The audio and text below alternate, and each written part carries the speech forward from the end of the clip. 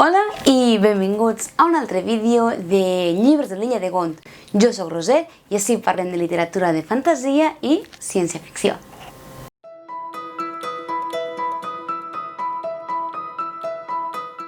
Com ja veieu en el títol del vídeo, avui venim a parlar altra vegada de mitologia. I és que ja vam fer un primer vídeo en el qual parlava de mitologia japonesa, que us l'enllaçaré si algú ho anarà a veure després. I allà comentava que és un tema que m'agradaria recuperar amb altres mitologies. I també deia que la mitologia que en aquests moments més m'interessa és la mitologia nòrdica, o mitologia escandinava, si ho dir així. I és el que he vingut a explicar-vos avui. En estos vídeos el que faig és portar-vos diferents llibres que vos poden aproximar des de diferents perspectives a aquestes mitologies, llibres o articles o altres formats de vegades també que, com dic, vos acosten un poc més a aquestes mitologies per a aquell qui estiga interessat. Com ja vaig dir jo en aquell vídeo anterior, la primera mitologia que a mi em va interessar va ser la mitologia grecorromana i la mitologia egípcia. I de fet no va ser fins molts anys més tard que va començar a interessar a mi la mitologia nòrdica. Jo crec que més o menys estava a la carrera i no tinc molt clar perquè va començar a interessar-me, potser va ser quan vaig començar a veure la sèrie de Vikings. No crec que fora per les pel·lícules de Thor, perquè no. Però bueno, quan estava més o menys fent la carrera vaig començar a interessar-me, vaig començar ja a investigar un poc, ja que no tenia ni idea de com entrar en aquella mitologia, de com aprendre aquella mitologia i realment aprendre coses, diguem, verídiques, no? Perquè en la mitologia passa molt de que n'hi ha moltes històries falses, de que pots trobar com molts blogs online la meitat és mentira o no acaben de ser veritat. Llavors no tenia molt clar cap on tirar. Això em va portar a mi a llegir de forma molt caòtica i d'entrar de forma molt caòtica a aquesta cultura. Ja vaig dir de fet que més tard vaig començar a estudiar noruec i avui en dia la cultura nòrdica és una cultura que m'encanta, m'apassiona i un poc també té relació amb això, no? Jo he vingut així un poc per ajudar-vos a que si a vosaltres us interessa també aquesta mitologia nòrdica i voleu conèixer-la més, que no entro de la forma caòtica de la qual vaig entrar jo. Jo vos vinc així a ajudar a que pugueu entrar, descobrir i aprendre sobre aquesta mitologia, sobre aquesta cultura també, d'una forma més senzilla, diguem, o almenys més ordenada. I de cultura perquè no oblidem que tot i que és mitologia té molt a veure amb la societat, no? Perquè d'una banda té molt a veure amb com aquella societat encarava el seu dia a dia i això doncs evidentment amb els anys pot explicar com es comporta avui en dia, no? Diríem. No soc experta ni en antropologia ni en sociologia, o sigui que tampoc prenc la meva paraula per la veritat absoluta, sobretot, això és molt important. També una cosa que volia dir abans de començar, dos fal·làcies, diria, entre cometes, que volia ja treure del damunt abans de començar res, és una, els vikings no portaven cascs amb banyes. Això és cosa de Wagner. El senyor Wagner, molts anys més tard, va decidir que les seues òperes venien amb... No.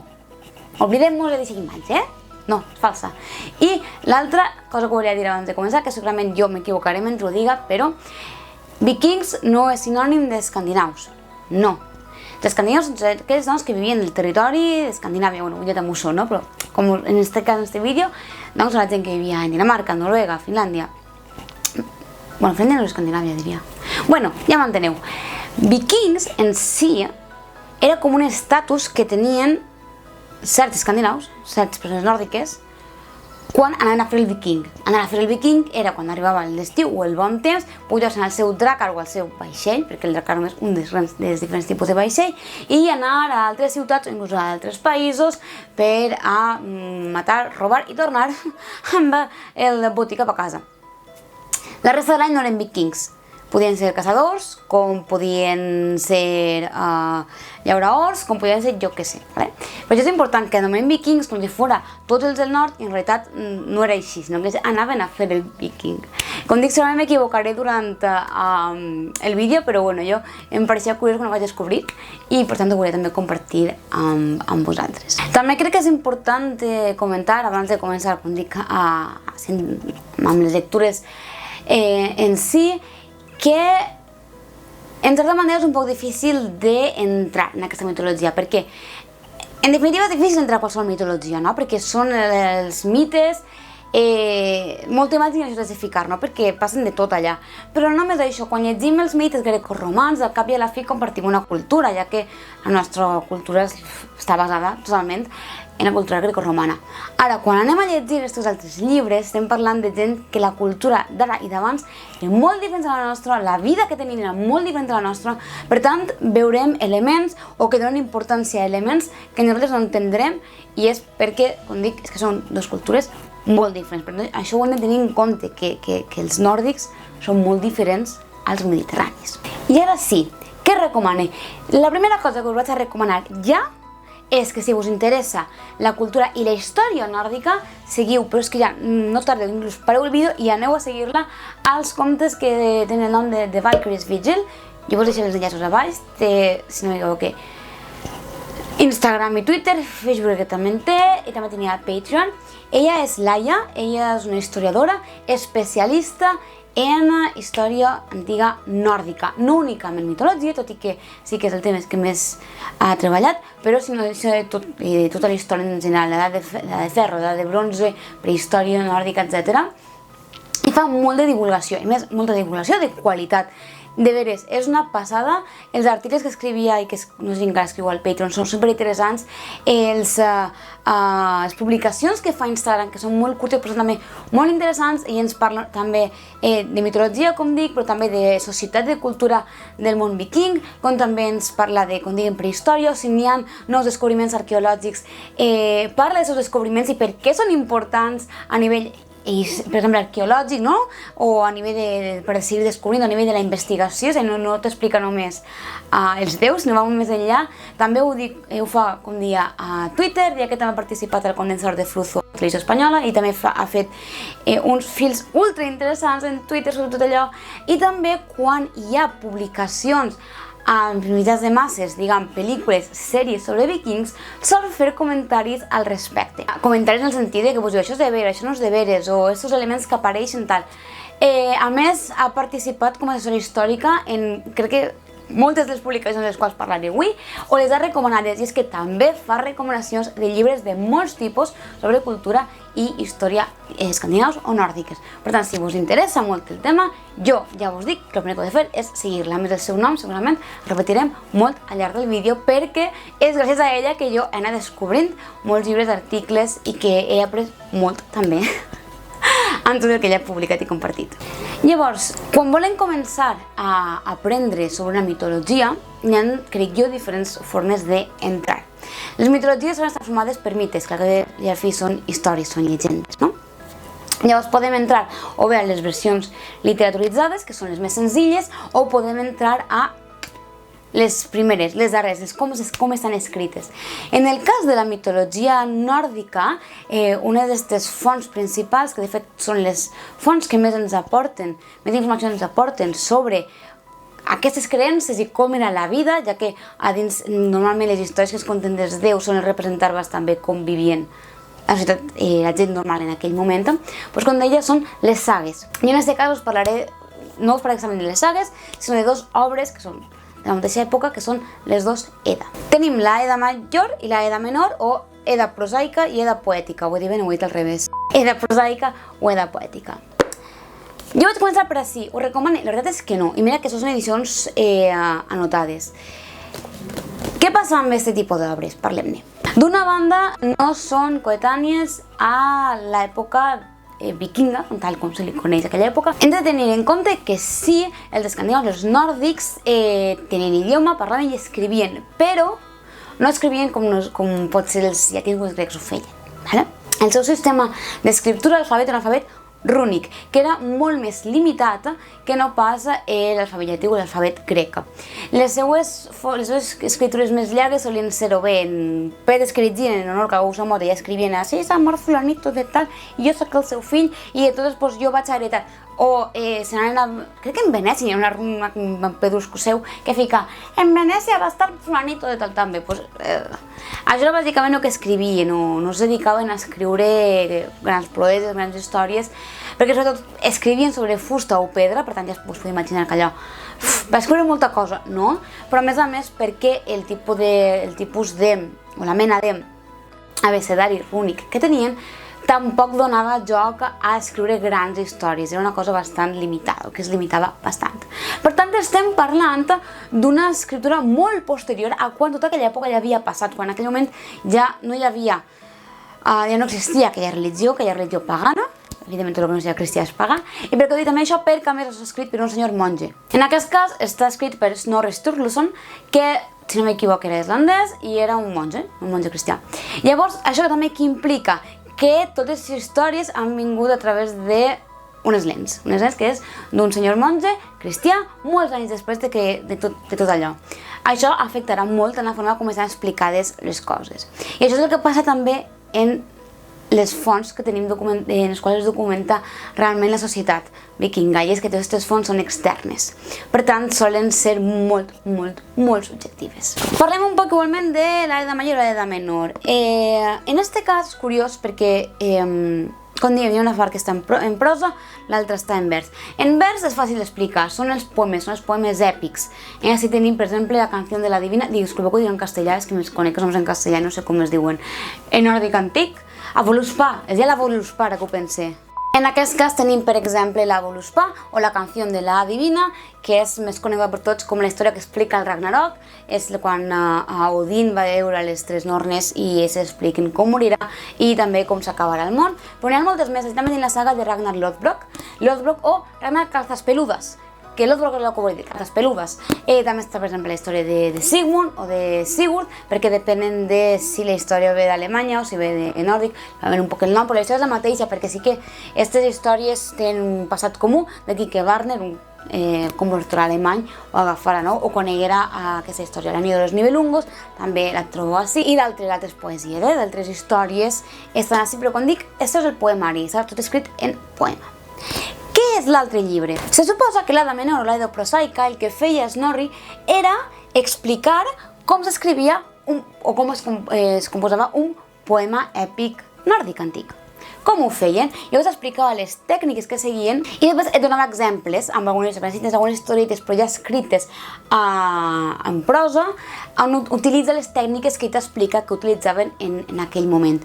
Jo se me'l vaig acabar, l'altre no vaig poder més perquè com dic és que és complicat entrar perquè a més està amb un llenguatge molt de l'època, no s'han adaptat, tal qual ho va escriure en la mitjana i costa d'entrar, costa d'entendre, però no deixen de ser molt interessants, la veritat. Entonces, si us interessa més, tal, si ho teniu. En aquest cas, ho teniu publicat en castellà per Aliança Editorial, en català no em sona que estiga, i en dos estan traduïts de l'islandès per Louis Leatre. Evidentment, aquesta, com dic, no és l'única forma d'entrar en els mites. Una altra forma és començar a conèixer aquests mons amb adaptacions més literàries. Un exemple molt recent és la versió que va fer Neil Gaiman de Mitos Nórdicos. La teniu en català, jo és que no ho sabia, me la vaig comprar en castellà. Soc aixina de burra, què voleu que us diga? No, la teniu en castellà i en català, Llavors, és una selecció de diversos mites més comuns o més famosos i Neil Gaiman en va fer una adaptació literària, per tant, quan ho llegis és més senzill, de llegir, més agradable, i a més Neil Gaiman és un mestre de la ploma, per tant, estan superbé escrits. Sí que de veres que va prendre algunes llicències, és a dir, que la història pot ser no exactament, hi ha alguns canvis allà que va decidir prendre's, però bueno, és entretingut, és divertit i com dic, t'ajuda a entrar i almenys començar a conèixer els déus, perquè és que jo crec que en general creiem que sabem de què va la mitologia nòrdica i quan comencem a llegir veiem que no sabem de què va la mitologia nòrdica. De totes maneres, al final del vídeo us faré com un mini resum de les bases, crec jo, que si les sabeu és més fàcil després entendre un poc de què va esta mitologia, però això arribarem després. Però ara us vinc a presentar uns llibres que jo crec que us sorprendran un poc i és també uns llibres en els quals segueixen esta línia dels mites, però més escrits com a historietes, com a no literaturitzats, diria. I direu, per què vaig sorprendre'm ara? Perquè us estic parlant d'una col·lecció de RBA, que és la col·lecció Mitos Nórdicos. Vaig en el 2019, jo realment estic fent super a poc, perquè en són molts. Per què vaig comprar jo esto? Doncs perquè, qui és l'assessora històrica? Laia, de The Darkest Page, ella ho va comentar i vaig dir, ostres, però és superinteressant. Així en tinc tres, perquè allà tinc que sentir uns quants més. Cadascuna tracta un temes diferents, és a dir, és una història únicament. Per exemple, tenim Odin i les runes màgiques, ens explica com Odin va aprendre les runes. La hija de Thor, explica una historieta on la protagonista més o menys és la filla de Thor. Sigfrido y la maldición de los Nibelungos, pues es una de las partes de Sigfrido, perquè sí, també n'hi ha uns de Loki, n'hi ha de Thor, n'hi ha de... Bueno, Thor és este, no? N'hi ha de diferents protagonistes, diguem, cadascun un protagonista diferent. Què és el que trobo jo més interessant d'esta col·lecció, que és més enllà que pot ser la història, que és interessant perquè les vas conèixer totes elles, és que totes elles al final tenen la secció que es diu Mundo Vikingo i t'expliquen una part de la societat vikinga. I és molt interessant, en aquest cas, per exemple, tenim les raíces germàniques de la Índia de Sigfrido, perquè ja us he dit que aquestes llegendes de Sigfrido està compartida un poc entre els nòrdics i els alemans, en general la cultura està molt compartida en ells, i llavors és com una xicota explicació, no, de, pues este. Però no és l'única. Has de parlar el secret de les runes, es t'explicarà com has de parlar d'aquest abecedari rúnic, no? I un poc com va evolucionar, com va afectar, com s'utilitzava. Per exemple, ens tenim apariencia i indumentària d'un poble recio. Entonces us parlaven dels tipus de roba que portaven, com la feien, com la pintaven, què significava. N'hi ha d'altres que, si no m'equivoco, que parlen del comerç que van fer, un altre que parla de la teoria que tenen de l'origen de la seva mitologia, de com van arribar a crear este panteó i esta mitologia. I ho trobo superinteressant. Parla, crec que en algun part dels samis. Els samis és el poble indígena escandinau, el poble indígena nòrdic, que de fet són els que més endavant més tard van mantenir, crec jo, més esta mitologia nòrdica, que tenen els xamans. De fet, la part en el que expliquen la teoria segons la qual creuen que es va desenvolupar tot este gran panteó, me pareix superinteressant. Pues també us recomano, si voleu de poc a poc anar comprant-ho, també ho veurem de segona mà en alguns llocs que podeu anar trobant-ho. Jo diria que Reba encara està reeditat, m'ho espero, perquè encara vaig comprar-me tant en tant algun que altre dels llibres, perquè em pareix molt interessant. També, evidentment, podeu arribar a entendre un poc més d'aquesta societat a través d'articles, no? Evidentment, ja us he comentat, per exemple, que Laia publica de tant en tant, comparteix informació, també comparteix articles interessants, però a més, si voleu, l'any passat a la Sapiens va entrar un reportatge sobre els vikings, que adivineu qui participava? Sí, Laia, de la Valkyrie's Vigil. És que, com digués l'any passat, però de fet a la pàgina web de Sapiens la podeu comprar, i jo de fet la vaig comprar del Mercat Sant Antoni, i si no vaig errada, moltes biblioteques de Barcelona tenen números de la Sapiens, per tant, allà també ho podreu mirar segurament. I l'última part de llibres que volia comentar són llibres potser un poquet més diferents, en cert sentit. D'una banda, és este llibre adorable de Nòrdica, està també en català, de nou jo perquè sóc una burra, vaig a empreses, me les compro en castellà, però està en català, que és per xiquets, però és un llibre il·lustrat on explica els diferents elements de la societat vikinga, ja siga el poble, ja siga com s'organitzava, perquè és bastant interessant, com van lluitar, un poc de la mitologia, de fet són... Sí, són els déus, justament. I no sé, supercuriós, graciós, a mi m'encanten les il·lustracions i la veritat és que està molt bé. M'agrada molt. També, si sigo seguidors, perquè ara s'acaba de la sèrie Vikings, per exemple, Laia, de Valkyrie's Vigil, va publicar en el seu moment el que es diu una guia històrica de la sèrie Vikingos, que era el que feia analitzar la primera temporada a nivell de personatges o esdeveniments, si realment van existir en la història, si no, si van arribar a conèixer-se entre ells, o si venen de sagues, si la representació és bastant acurada o no. I jo el vaig comprar, ara no el tinc així físicament, el tinc al poble de València, però m'ha pareixet molt interessant. No sé si encara es pot comprar, però jo us ho buscaré i si ho trobo per alguna banda jo us la deixaré a baix perquè és molt interessant. I ja com us he dit, ella també moltes vegades fa comentaris al respecte de sèries o pel·lícules que fan referència al món nòrdic. Per exemple, este any que va eixir The Northman, jo no l'he vista, però recordo que ella a Instagram, i diria que Twitter també, però Instagram és el que més veig, té publicacions, per exemple, de la roba que portaven els actors i actrius de la presentació i realment la simbologia en relació a la pel·lícula i en relació, per tant, a la mitologia real i a la història nòrdica. També parlava dels diferents elements que apareixen a la pel·lícula, com per exemple la figura del berserker, que ella va fer un article molt interessant al seu Patreon. Tengo que comentar allà, també com a comentari, que ara m'acabo de recordar, crec que els Criticutres també van fer una crítica sobre aquesta pel·li, però no l'he vist encara. Bueno, però que si vos interessa també veure, com dic, aquestes representacions de la mitologia, però en altres formats que no siga llibre, ella normalment fa comentaris al respecte i podeu veure un poc, com diguem, la veracitat o versemblança moltes vegades d'allò que ens expliquen. I l'últim que volia, com deia, era un poc presentar-vos com els 4 elements bàsics que fan falta un poc saber per a no anar mega perdut una vegada entreu a llegir estos mites, perquè jo anava ultra perduda, o sigui, jo ara no entenia res del que estava passant, doncs tot em va parecer apassionant, en plan, què m'estàs explicant? Perquè és el que dic, jo crec que creient que coneixia la mitologia nòrdica, però en realitat, no. Aquesta és la meva teoria, vamos. Primera, que la cosmologia nòrdica és una passada. Va d'una cabra que apareix, que es descongela i va llepant gel i del gel va eixint... Bueno, molt graciós. Tot el tema de la cabra i del gegant Ymir, molt divertit. Però això no ho parlarem, això ja vosaltres ho descobriu. Elements importants. Jo crec que el primer és parlar de l'Yggdrasil. Què és l'Yggdrasil? L'Yggdrasil, segons la mitologia nòrdica, és un freixe que uneix tots els mons, perquè n'hi ha 9 mons en total. Com dèiem, l'Yggdrasil està allà al centre, els uneix tots. Formes de és fàcil caminar entre un món i l'altre? No, no és fàcil, bastant perillós, no sempre es pot, no tot el món pot. En aquest cas, Odin és, diria que l'únic, aquí el freixe li permet viatjar per les seues branques. I si no, també està el pont d'Arc de Sant Martí, si heu vist, per exemple, la pel·lícula de Thor, apareix l'Arc de Sant Martí, el pont, el Rainbow Bridge, que no recordo quin era el nom original, però volia dir això. I ara direu, 9 mons, quins són aquests 9 mons? Bé. Primer tenim Midgard, els humans, nosaltres, ahí estem nosaltres. El protector de Midgard, això sí que ho sabeu, o deu saber-ho, si us van parlar de mitologia, és Thor, que per cert, el tinc així. Thor. Després tenim Asgard. Asgard, per aquells que els fans de Marvel, ja sabeu, és el món dels déus Aesir. Perquè tenim 2 tipus de déus, els Aesir i els Vans. Ara parlem un poc més d'això perquè un poc se situe, però, com diem, és el món dels Aesir, que després serien Odin, Thor, Frigga, Tyr, Heimdall.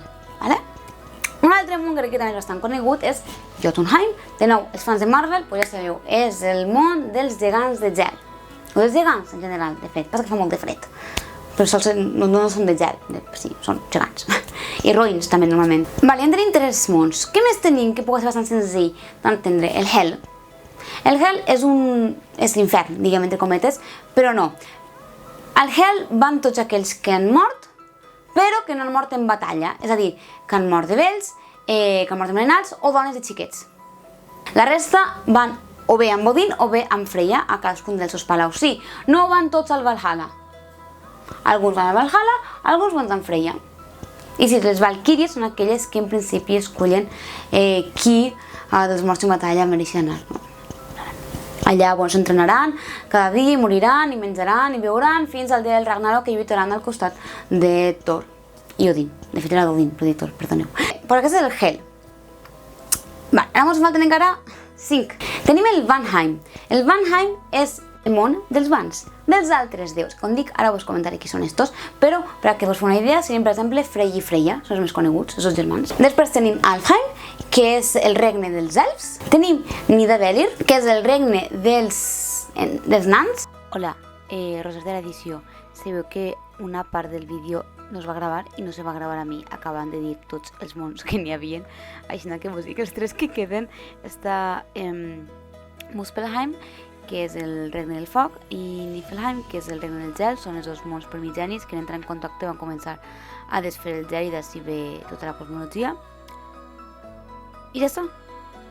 Diria que és els últims que faltava per dir. Sí, ja està. Gràcies. Òbviament, n'hi ha alguns mons que apareixen molts més que altres, com per exemple Asgard, Midgard, Jotunheim. Jo diria que són els més típics. Després Vanheim apareix alguna vegada. Nidavellir sol aparèixer perquè moltes vegades van a demanar als enans que els facin armes, de fer la història de com van aconseguir el Mjolnir, el martell de Thor és molt interessant, molt graciosa. Però bueno, ahí teniu els nous, quan us parlen de l'Yggdrasil o d'estos mons, vosaltres un poc us situeu. L'altra cosa que volia comentar justament és la diferència entre els Aesir i els Vanes. Perquè direu, no? Són tots déus? Sí, però són dos diferents. Són diferents tipus de déus. I a més, en teoria, és superinteressants també al respecte. Els Aesir són els déus guerrers. Són els déus que venen d'aquests primers gegants. Llavors tenim a Odin, a Thor, a Frigga, a Tyr, a Heimdall, com anava dient. Estos déus solen ser déus, justament, per diferenciar-los, d'estructures socials. Són déus de la guerra, són déus del matrimoni. Qui són els Vanir? Els Vanir són déus relacionats estretament amb la natura, ells són déus de la vida, ells són creadors de vida, ells poden crear o destruir la vida i per tant són deïtats més de la natura, com per exemple, mentre que tenim la deessa del matrimoni, tindrien la deessa de l'amor o de la fertilitat, que seria Freya, no? O tenim els déus de l'aigua, del vent, Són dos forces diferents, no són uns més forts que altres, de fet hi ha una història en la qual hi ha una guerra i brutal, que és el que destrueix de fer les muralles d'Asgard, que acaba en empat. Finalment, Njord i Odin, que són com els dos pares en cada banda, decideixen fer una tregua perquè veuen que l'únic que aconseguiran al final és destruir-ho tot, però no guanyar ningú dels dos perquè són igual de forts. De fet, hi ha una teoria que explica que creuen que esta mitologia o aquesta història tot podria provindre de que en el nord, o sigui, si en el nord vivia una societat molt poc jerarquitzada, molt en relació amb la natura i realment en si poc guerrera, i que en cert moment va vindre del sud una societat molt més jerarquitzada, molt més basada ja en temes com per exemple la guerra, que van entrar en conflicte però que finalment no es condicionen sinó que es van acabar com integrant. I creuen que això un poc està simbolitzat amb esta guerra i també amb estos dos déus tan diferents però al final igual de forts, no hi ha mai un per damunt de l'altre. I és molt interessant perquè jo vull dir que en la mitologia el que veiem molt també és la cultura.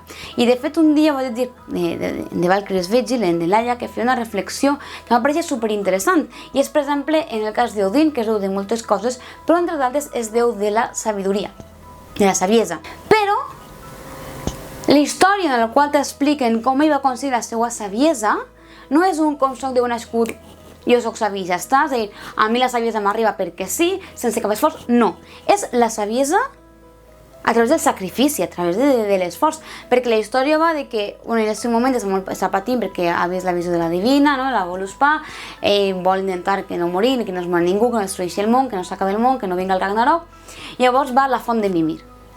No a la llibreria, sinó a la font que està custodiada per el gegant Mimir i en la qual tu pots demanar-li, fer una pregunta i llavors donar una resposta. Però ell Odin demana veure directament de la font, perquè té tota la saviesa. Però llavors li diu Mimir que no pot fer-ho, això és impossible i que li dona una cosa a canvi. En aquell moment que Odin dona el seu ull per a poder veure i aconseguir la saviesa, té un sacrifici. I llavors això es veu després en la cultura, no? Això es va transmetre en un tipus d'estat que n'hi ha, de que la saviesa no arriba perquè si la saviesa te l'has de guanyar. Per tant, sí, les mitologies són històries, són mites, són llegendes, però és molt interessant veure i analitzar-los en aquest sentit, en el sentit més antropològic i social que ens ajuden a entendre la societat d'aquell moment i fins i tot, com dic, la d'ara.